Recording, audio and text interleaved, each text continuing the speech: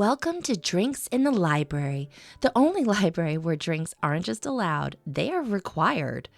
I'm your librarian host, Gigi Howard, and each episode I'll be interviewing a guest about a much-loved book that we will be pairing with a drink for you to enjoy along with us or consider for your next book club meetup. As always, stay curious and support your local library.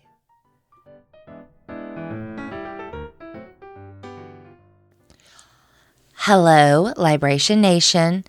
This week we are reading A Psalm for the Wild Built by Becky Chambers, where readers are invited into a serene post-collapse world where a wandering tea monk named Dex crosses paths with a curious robot, sparking a journey of introspection and philosophical wonder. Together they explore what it means to be content, connected, and truly alive in a world that has learned to live gently. I loved the dedication for this book. When you open it, it says, "For anyone who needs a break," and isn't that all of us? My guest this week is Emily James, a marketing strategist who moved to Richmond 15 years ago to attend VCU and forgot to leave after graduation. Growing up, she always had her nose in a book and rediscovered her love of reading as an adult thanks to the pandemic, motherhood, and the Libby app. When she's not lost in a good story, you can find her watching reality TV, playing tabletop games, or spending time with her family. In the book, our protagonist, Dex, is a tea monk who makes teas personalized for whoever they are helping. So our drink this week is tea, whatever your favorite version of that is. Pour yourself a mug, relax, and take a break listening to this amazing episode. All right, let's get to it.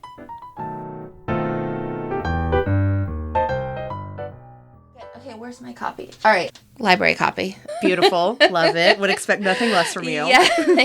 Well, and I've said this before. I can't finish every single book that I do for this podcast because at this point it's like over 60-something. Yeah.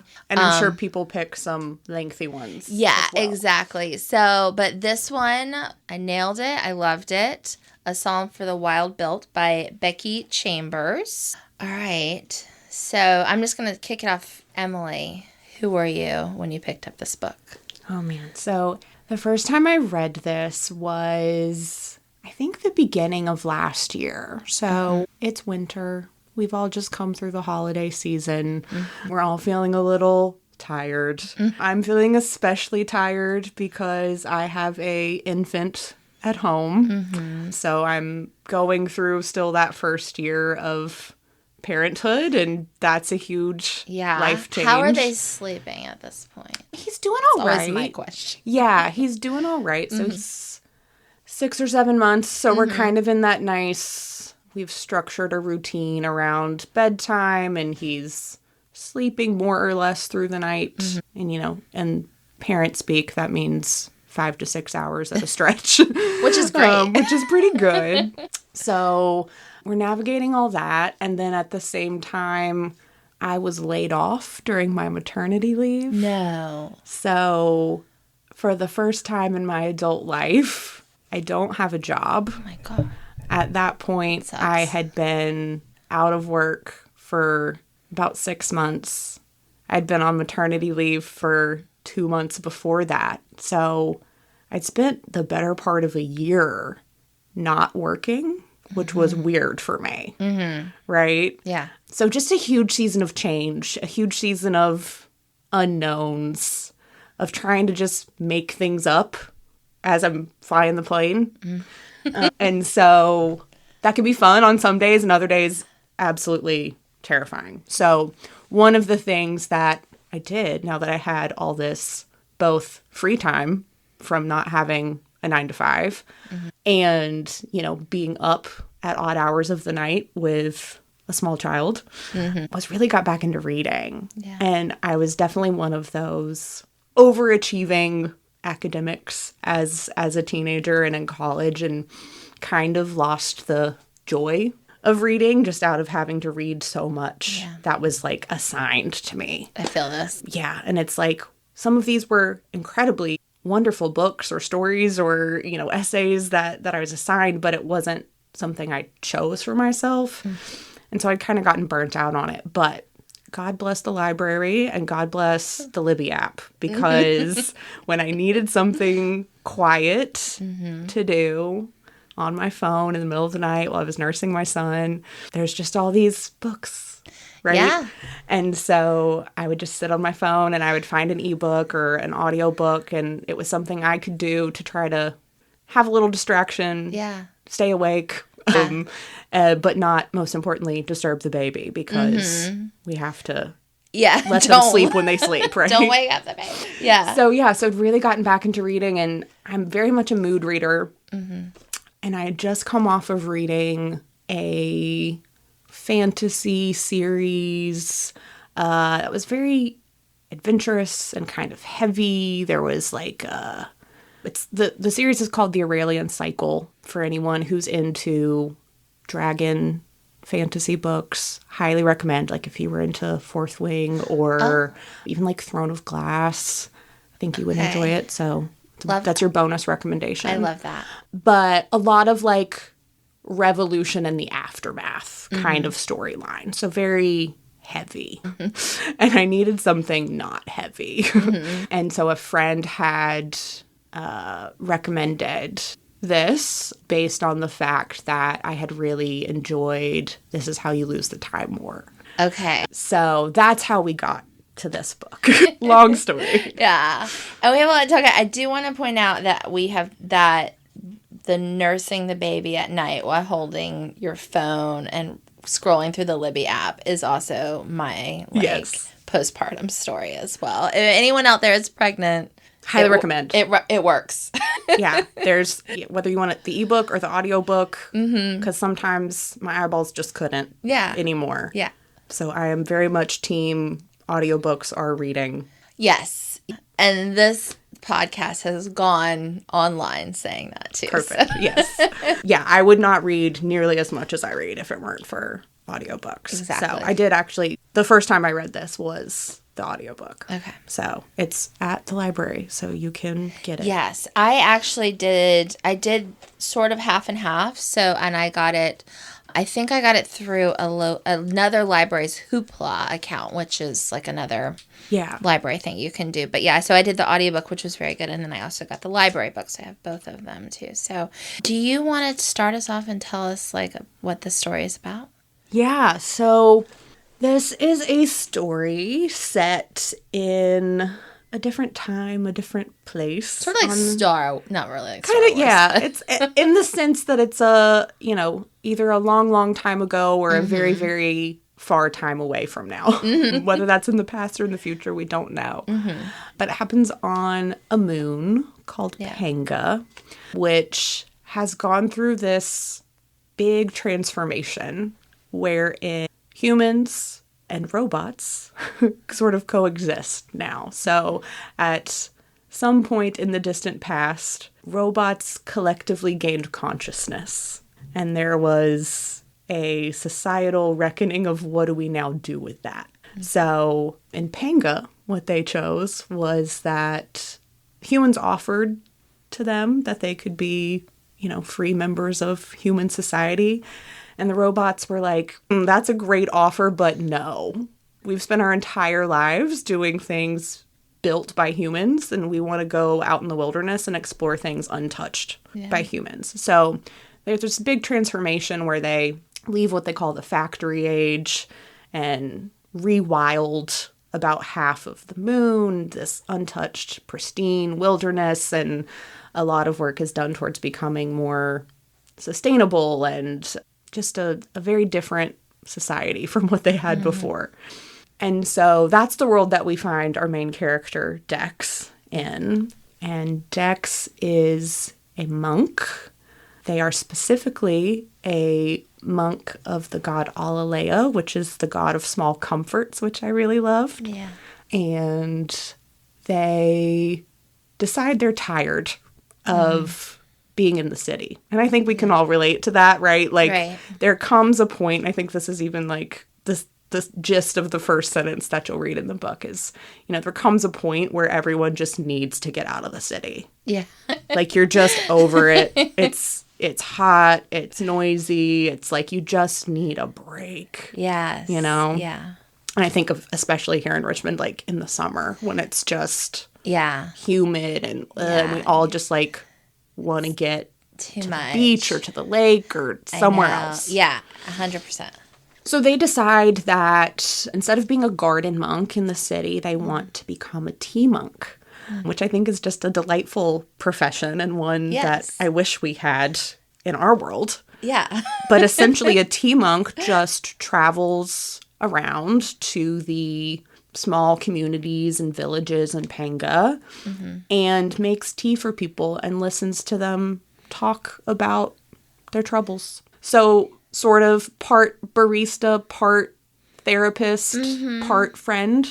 Right. So that's the journey they're on. And they eventually also get a little discontent with that, even though they become very skilled and a very wonderful tea monk that lots of people appreciate and look forward to seeing. There's just something they can't let go of, this nagging sense of a search for meaning or that they don't have the right purpose.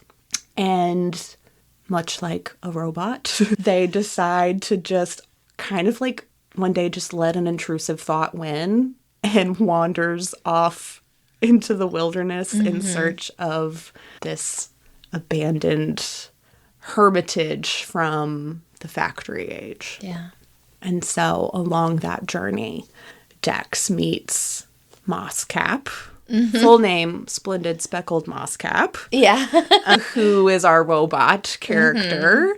And they kind of both realize they're each on their own journey and that they could maybe help each other with their journeys. And then with, don't want to get too into spoiler territory, but the rest of it is about what happens on their journey and kind of the things they each discover about themselves and the communities that they represent. Yeah. Yeah, and going into, like you were saying, like not trying to get too spoilery, but I love the dedication of this book. It says, for anybody who could use a break. Right. I mean, when I listened to it the first, I was like, oh, that's nice. And then once I kind of read the book a little bit, it does talk quite a bit about, I'm trying not to get too spoilery about it. But I mean, if you have any insights to it as well of how Mosscap helps Dex sort of like understand their role as a human, I guess, versus Mosscap and robot. It's interesting to me that in a setting in a world that seems as utopian as Panga is, right? Like everyone's basic needs are met. Yeah. There is no struggle, no strife, like even in passing, which I think is unique, and especially in sci-fi, where we tend to have a lot of like, post-apocalyptic type storylines and themes crop up. Like there's never even a passing mention of like war, famine, poverty, right? Like it's just everyone's good. Everyone's taken care of, right? And so it's interesting to me that in a society like that Dex still feels this lack of something in their life. And so that was kind of the first thing that really got me wondering. It was like, well, what do we do as humans? Right? Like, what does a world like that require of us as humans? Yeah. If there aren't these big, big, bad, awful things for us to put our energy towards. Right. And so I was like, okay, so even if you strip away all that stuff, like, there's still a desire for some kind of meaning or purpose or fulfillment. And I think what Mosscap does is really offers an interesting contrast to that line of thinking of just being a completely removed, almost alien, right? Because it's been so long since the robots were a part of human society, just as like a sounding board and also a filter for Dex of saying, I think there's a conversation they have about what wild built means, which I think is not getting too aggressively into spoiler territory since it is in the title of the book. But the wild built robots are essentially robots that have been built out of the parts of robots who have chosen to be deconstructed, essentially like dying, right? Like they've chosen that their journey upon Panga is over and they willingly deconstruct themselves, right? So, and then those parts are then turned into new robots. Yeah.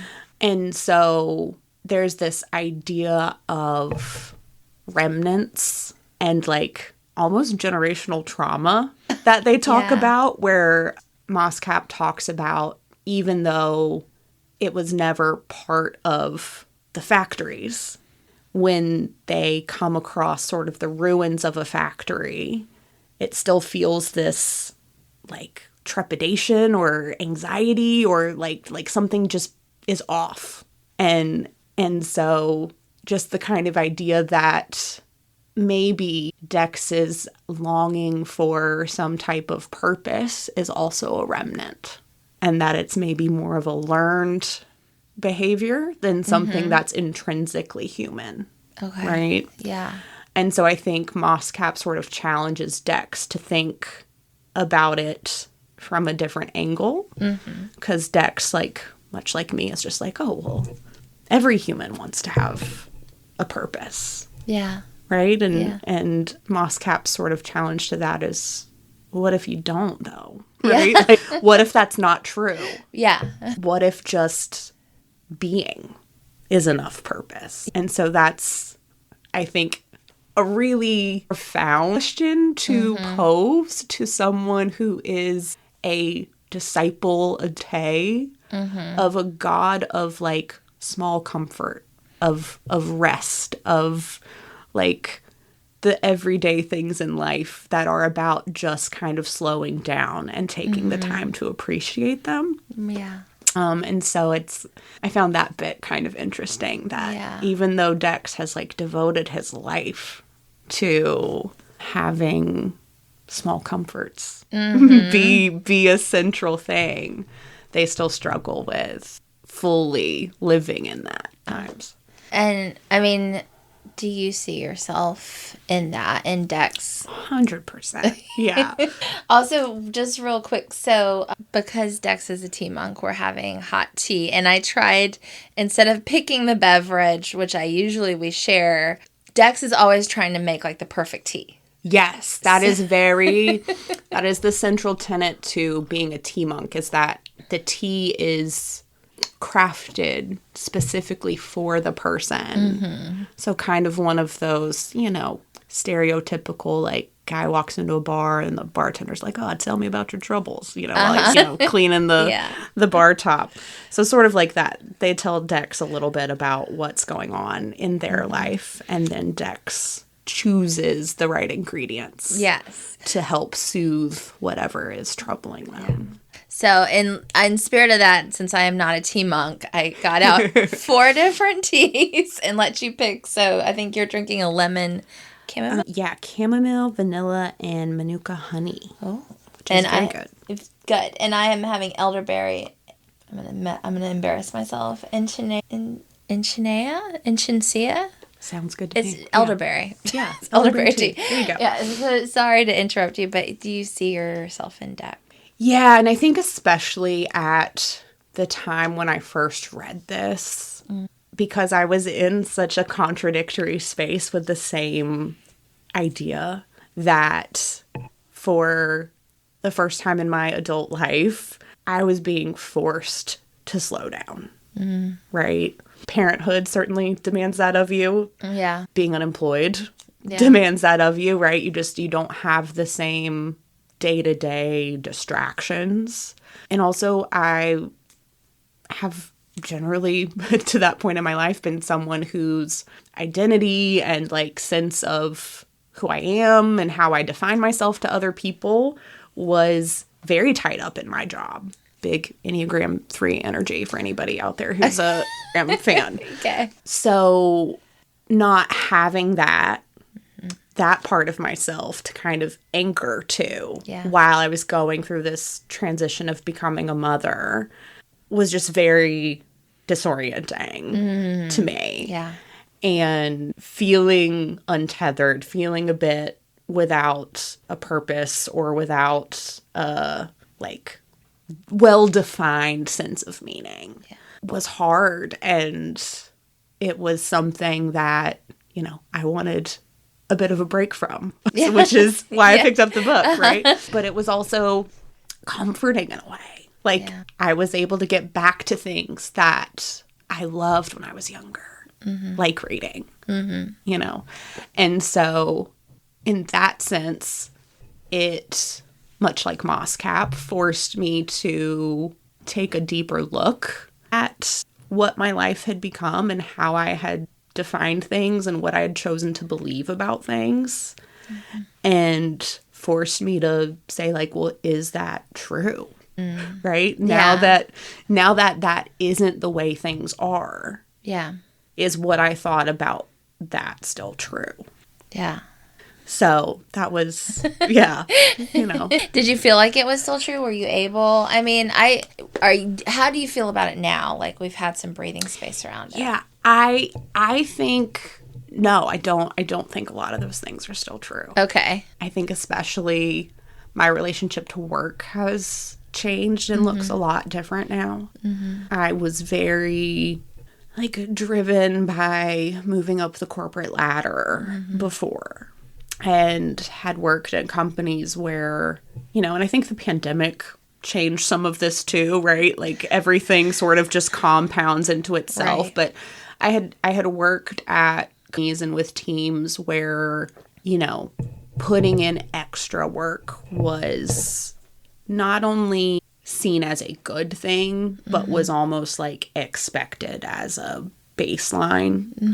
If you wanted to move up or earn more money or be, you know, be a leader in any capacity in the organization. And there was a lot of, well, these are the rules and this is how you play the game and this is how you get ahead. And at the same time, a lot of failure to follow through on necessarily getting those things. Like, okay, great, you worked extra hours this week, but we don't have, you know, money in the budget to give you a raise this year. Yeah. You know, so sort of those kinds of things where it's like, what am I burning myself out for? Yeah. You know, is like these people and structures have shown you that they don't necessarily care about your personal well-being or like even following through on the promises they've made to you. Right. So why do you keep putting stock in the things that they say? Why is so much of your self-worth tied up in the job you have when it could be gone tomorrow?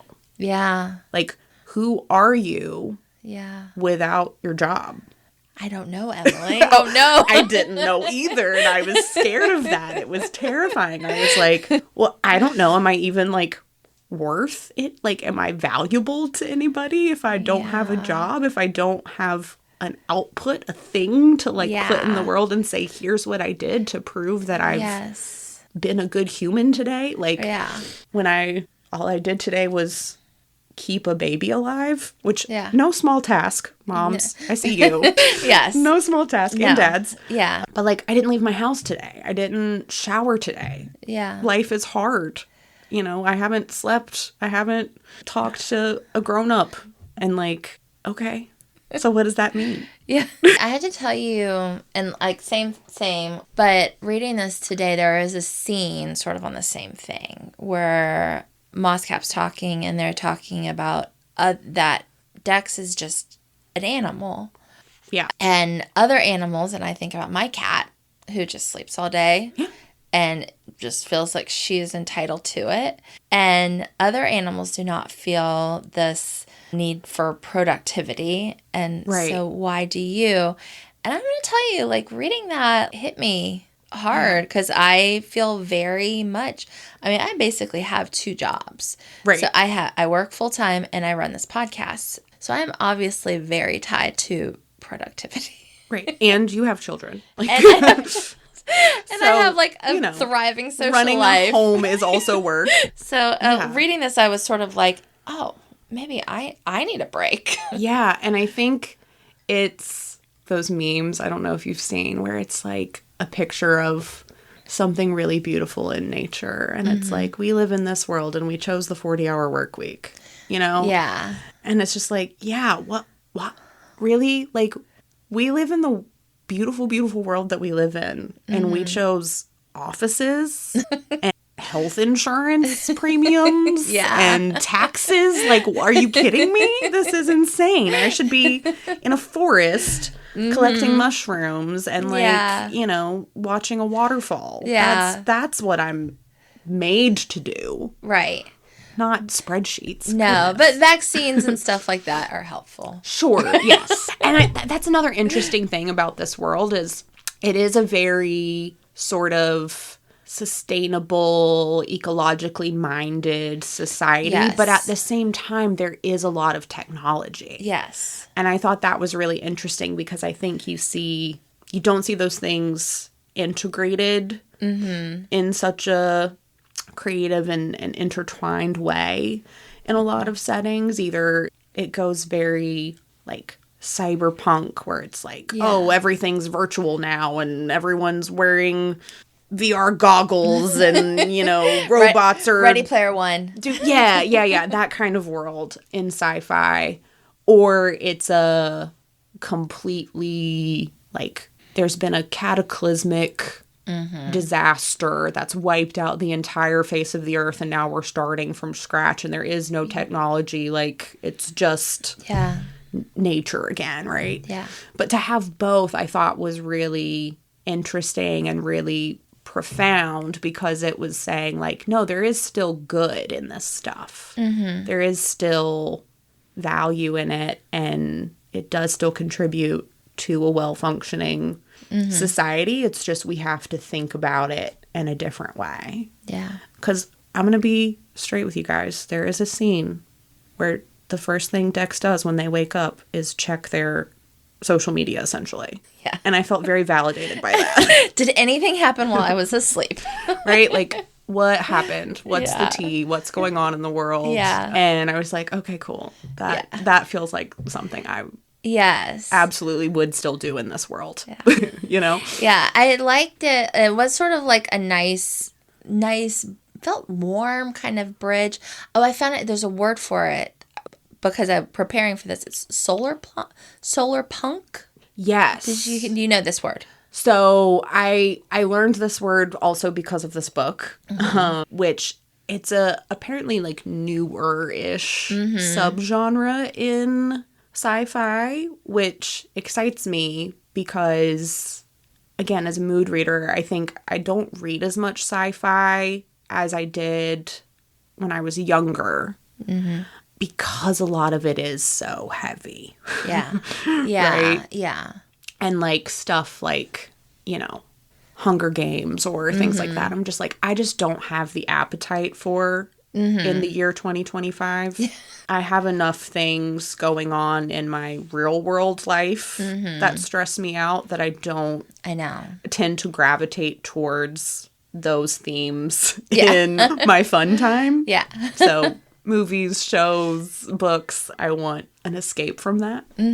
And so it's like, ooh, but this feels fun. This feels cozy. This feels hopeful. I think I was trying to describe this book to a friend because I drug push this book on everyone I know, essentially. I'm like, you have to read this. I'm here for this. And they were like, well, like, what's the vibe of the book? Like, don't tell me anything about it. Just what's the vibe? Again, this friend is also a very mood-led reader. Yeah. And I was like, it feels like if you were sitting on your couch, wrapped up in your favorite blanket, and your favorite person walked by and gave you a little smoochy kiss on the forehead. Like, that's what this book felt like reading. Yes. Yeah. And they were like, oh, okay. Yeah. I'm in. Sign me up. Where do I get a copy? So yes, for all you listeners, if that sounds like your vibe, cannot recommend this enough. It's short. It's really, I would classify more of a novella than a book. It's less than 200 pages, y'all. You could knock this out on a Saturday. I think the audiobook is maybe like 4.5 hours. Like, you speed it up to you could get through it in a 1.25, day. 1.5. Yeah. It's after work. Yeah. Just a nice little cozy escape to kinder, gentler world for a little bit. Yes. And it's book 1 of 2. So have you read the second book? I have. Okay. So I will say, for folks who are maybe on the edge of deciding whether or not to read, you will probably want to read the second one right away. So maybe just go ahead and check them out both from the library at the same time if they're both available. Or at least check the weight on book 2 so that you don't do the thing that I very often do, which is start a series, fall in love with it, and then have to wait 4 months to read the next book. Yeah. Because I didn't check the wait list in Libby. So don't do that. Or do that and then just reread both of them again. Yeah. When you read the second one to refresh your memory. So the second book is a bit of a continuation of the journey that Dex and Mosscap are on. So and this isn't giving anything away, this is on the dust jacket. The reason Dex runs into Mosscap out in the wilderness is because Mosscap has volunteered as a representative of the robots to keep a promise that robot kind made to mankind when they parted ways, that humans would not initiate contact with robots, but that robots would check in on humans. And I thought that was just, like, sweet, because the robots didn't owe them that. Like, right. They were essentially slaves. Like, they didn't owe anybody anything. Yeah. But they made this promise, and so, whatever, the Congress of Robots or whatever got together and decided that it was time to go check in on humans. And so book 2 is more of that. I think book 1 is a little more focused on Dex. Yeah. And Dex's goal. And then book 2 is a little more focused on Mosscap. Okay. Yeah. Yeah. Well, I felt, like you said, like it's like a warm blanket, a warm kiss. I felt like everyone in this story is trying to do the right thing and trying to make ethical decisions, or trying to make the right decisions, not for themselves, not just for themselves, but for everybody. There is, a very strong sense of, like, the collective and community and, like, just kindness, even towards nature. Yeah. That it's not something that's reserved for humankind alone. Like, kindness is just natural, the natural order of things. Yeah. Yeah. And talking about it a little bit, in book 2, the author is Becky Chambers.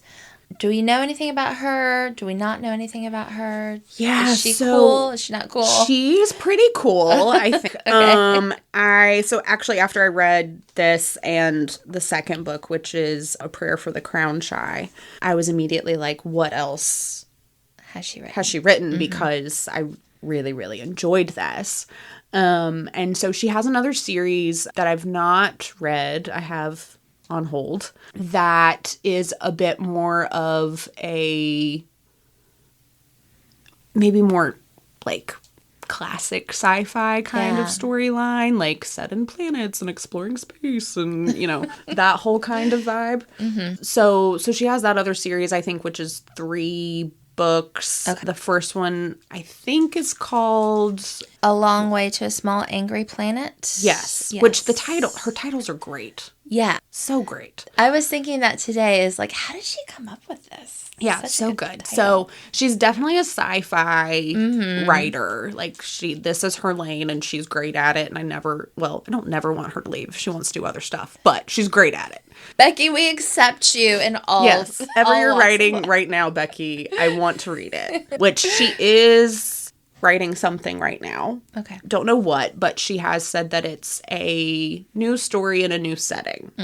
So it's not going to be a third Monk and Robot book. It's not going to be an extension of that other series. It's something entirely new, which is exciting. But she's working on that, kind of coming off of a bit of a hiatus that she took for a year or two due to some personal family stuff that was going on. So I'm very excited for her to be getting back into creating new things again. And she grew up in a family that was very involved in like space science, STEM kind of stuff. Okay. So I was like, oh, okay, that tracks. That one, she gravitates towards fantasizing and creating these worlds that are otherworldly, right? Or have these ideas of really intricate technical interworkings. I think that's one of the things I love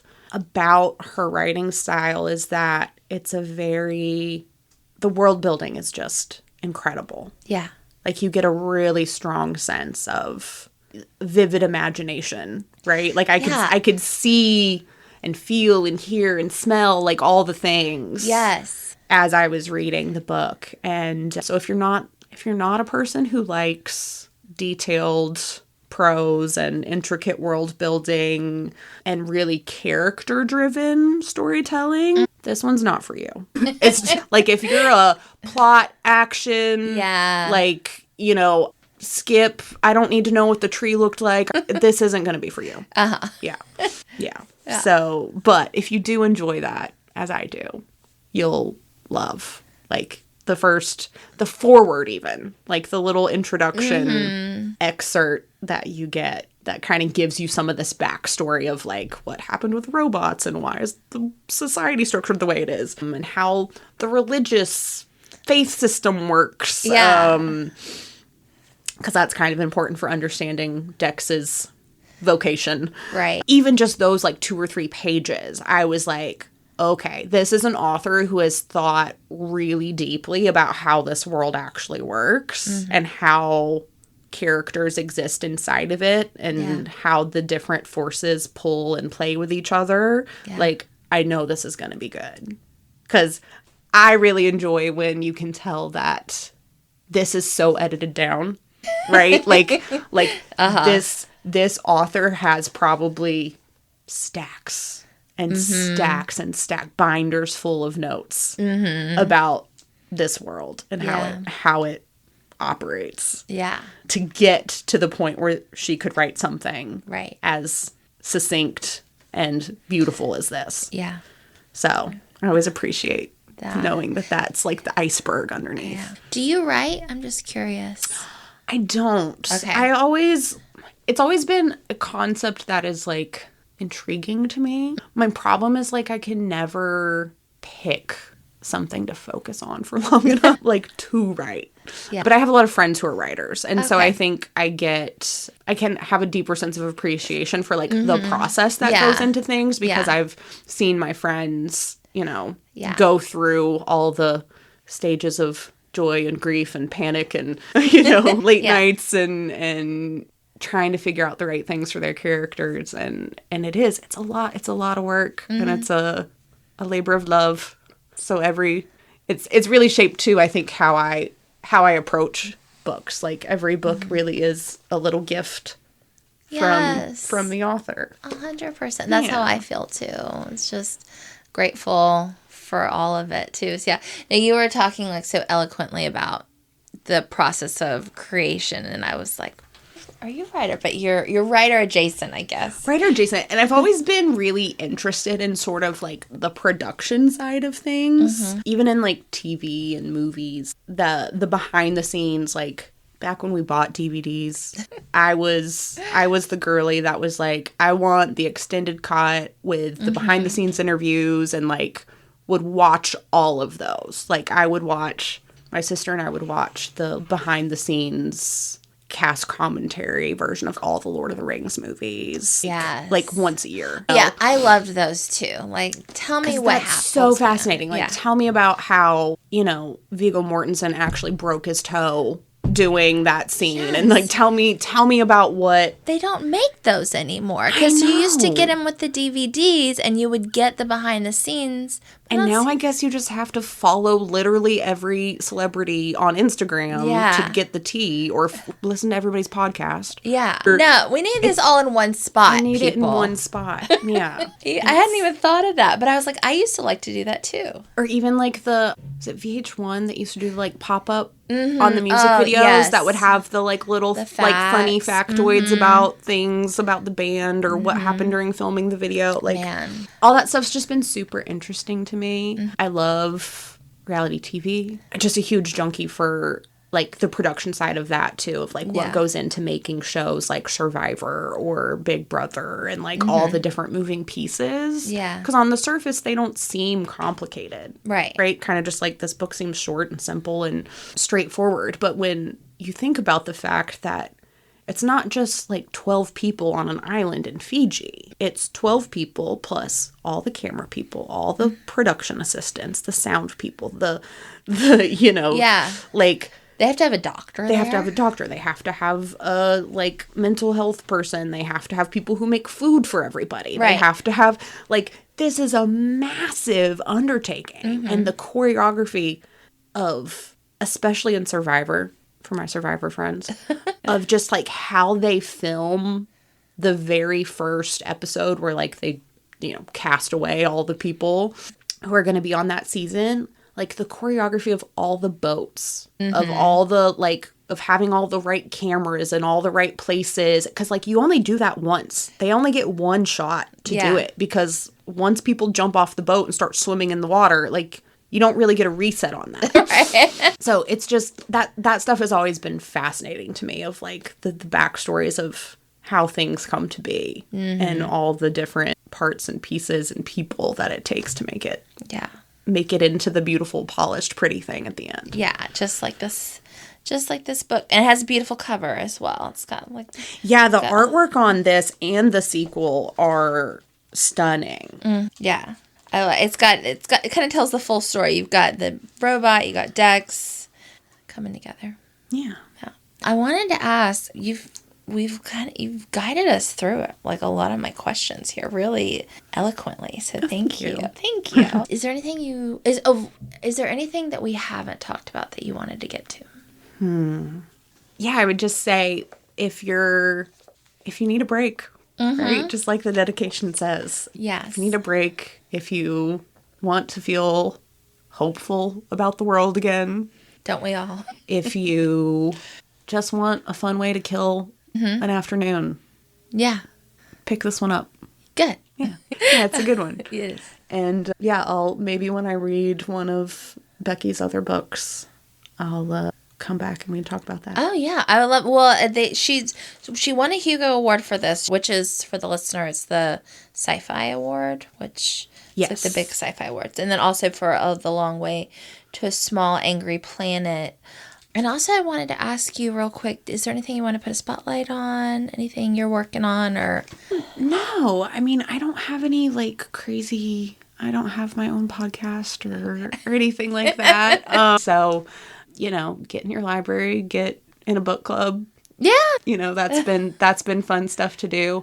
Especially, hot tip. Yeah. This will be maybe my promo.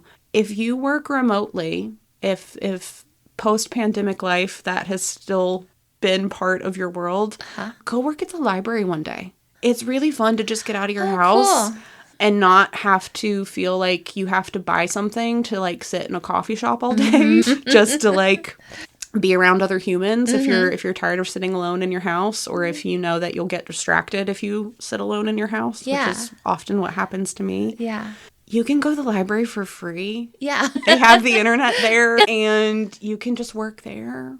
And the bonus is you can take home a book as a little treat when you leave. Find something good to take home. And it's also just, fun to get to connect with other folks in the community. Instead of water cooler chat with, an accountant, you get to talk to a 5-year-old who's there for story time. Yeah. It's so much more fun. It is. It is. I do feel like working in the library, you get to see it all, and then I'm sure good, bad, and in between. everything. So this has been so lovely. Yeah, thank you so really much, and bringing this book to me as well. So anyway, but yeah, definitely next Becky Chambers book we'll have to have you back on. Yes, that'd be great. Thank you, and then I'll hit. Thank you for spending some time with me and my guests for an episode of Drinks in the Library. For more information about the show, you can find us on Instagram at Drinks in the Library, on the World Wide Web, drinksinthelibrary.com, or shoot me an email at drinkspod@gmail.com. Until next time, cheers.